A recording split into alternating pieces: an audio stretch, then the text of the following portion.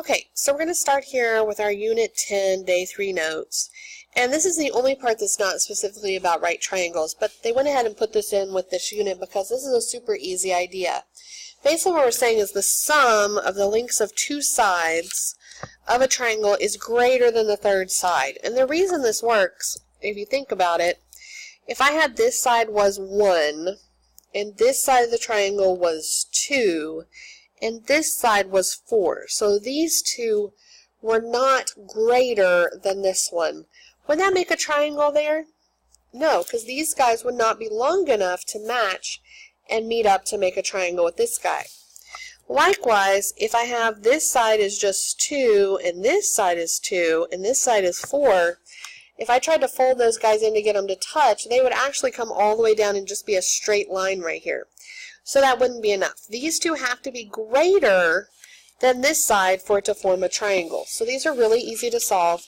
You just find the two smaller sides and you add them together and say, is this bigger than that number? That's 9. It's bigger than this one, so yes. Find the two smaller sides. Is the sum of those bigger than this side? No, so the answer is no. Is it bigger than this one? Yes. Is this bigger than this one? Yes. Bigger? Yes. Some of those bigger? No, it's exactly the same, so it's not enough. It'd be one of these where it would just fold down, so that's a no. And here, is this bigger? Yes. The other kind of problems we're going to see in this is where they tell us two sides and we have to think about what the other side could be. So there's always two cases with this, and I'm going to draw each one of them out. So on this 8, I could say, what if these are the smaller two sides? If this is 9 and this is 5, and this one has to be the bigger side, this side would have to be less than the sum of those. So if this is x, this would have to be less than the sum of these two, which is 14. So this side could be 13 and it would still work. Or it could be 1 and it would still work. But what if this 9 is got to be the biggest side? In that case, these two would have to be more than this one. So this one would have to be at least a 4. So x would have to be bigger than 4. So you always have to work out this number is always going to be the sum of these two, and this number is always going to be the difference of these two numbers they give. So that was number 8. Let's look at number 9. What if the numbers that they give me are 5 and 8? If this side is going to be the biggest number, it has to be smaller than those two. So it has to be smaller than 13. And if 8 is going to be the biggest one, this number has to be bigger than 3. So again, this is always the sum of these two, where I add them together. This is always the difference of these two, where I subtract those. Now let's just do it on these. So this is going to be x. It has to be smaller than the sum and bigger than the difference. So again, that's where you add them together, that's where you subtract them. Same thing here. Add them together and subtract them like that. That's all there is.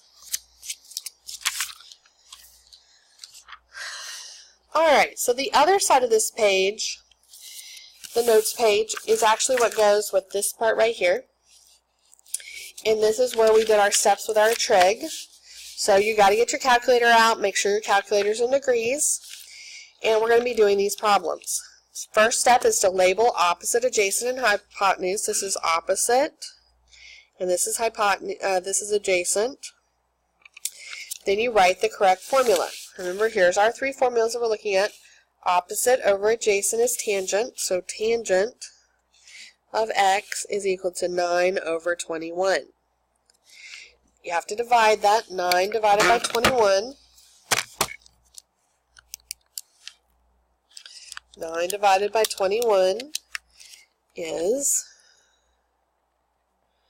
0.429. then write as the inverse. So this is tangent inverse of that number equals x. So I'm going to plug that in my calculator. You get that with second tan. Look at, put the little inverse there, second tan. And I can just type, since I have this in my calculator, I can do second and the negative sign to get it to plug it in. And then there's my answer. X equals 23.20 degrees. Alright, so it's the same thing on all of these. So I'm going to go through and kind of put this in to begin with, and then you can come back and check it.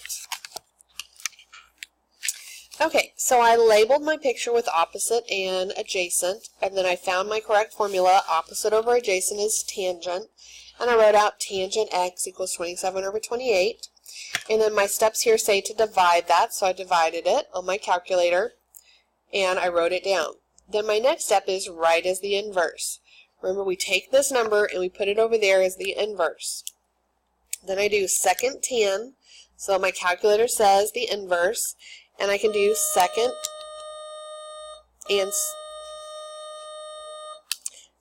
answer so that it'll fill this in, and I get that x equals 35.39 degrees. That's it. So on these next ones, I'm not going to do all those steps super slow. I'm going to divide this on my calculator. 40 divided by 42.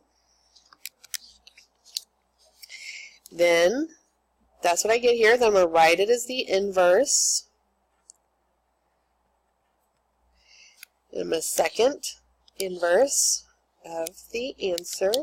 And I get x equals 72.25 degrees.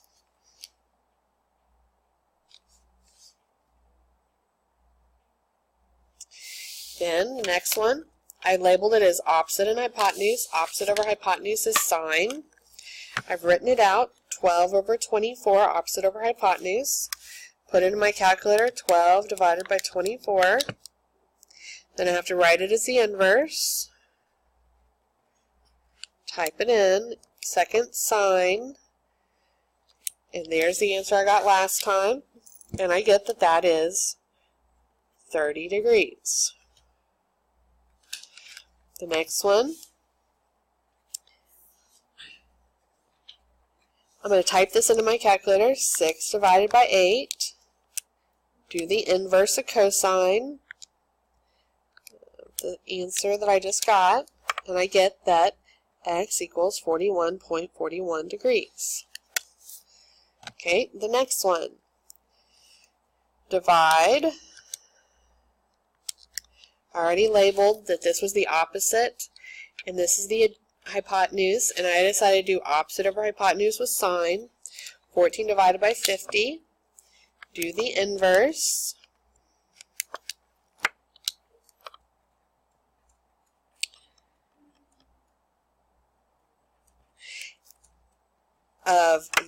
Do the inverse of what we got when we divided.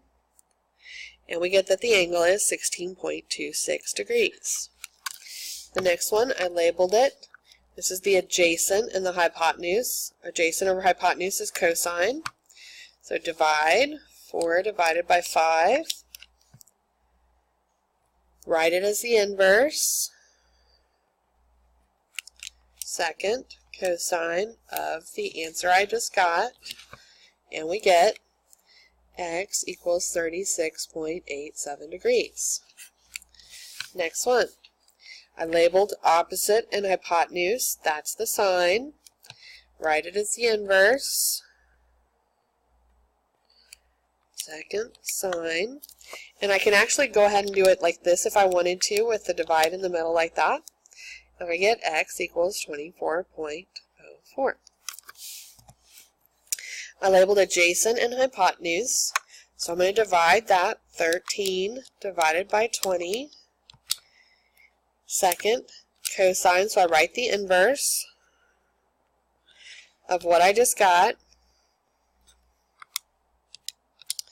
And I get that the angle is 49.46 degrees. Okay, the next one. I labeled my sides and I did adjacent over hypotenuse is cosine of 48 divided by 50, second cosine of, the answer I got is 16.26 degrees. Did you notice that this was actually the same problem here that we just did here? Up here, I chose to do the sine because I did the opposite and hypotenuse, and here I happen to do cosine because I chose the adjacent and the hypotenuse. And we get the same answer both ways? Yes, we did. We got the same answer. So it doesn't matter which one you choose to do. Any of the three will work. We could also have done it with tangent and we get the same exact answer. So if I know all three sides, I can choose whichever one I wanted. I happened on both of these to decide to do tangent. I labeled my sides. Tangent is opposite over adjacent. So I'm going to do second tan opposite over adjacent, 42 divided by 56. And I get this one is 36.87 degrees. And the last one, second tan 51 divided by 68. And I get this one is 36.86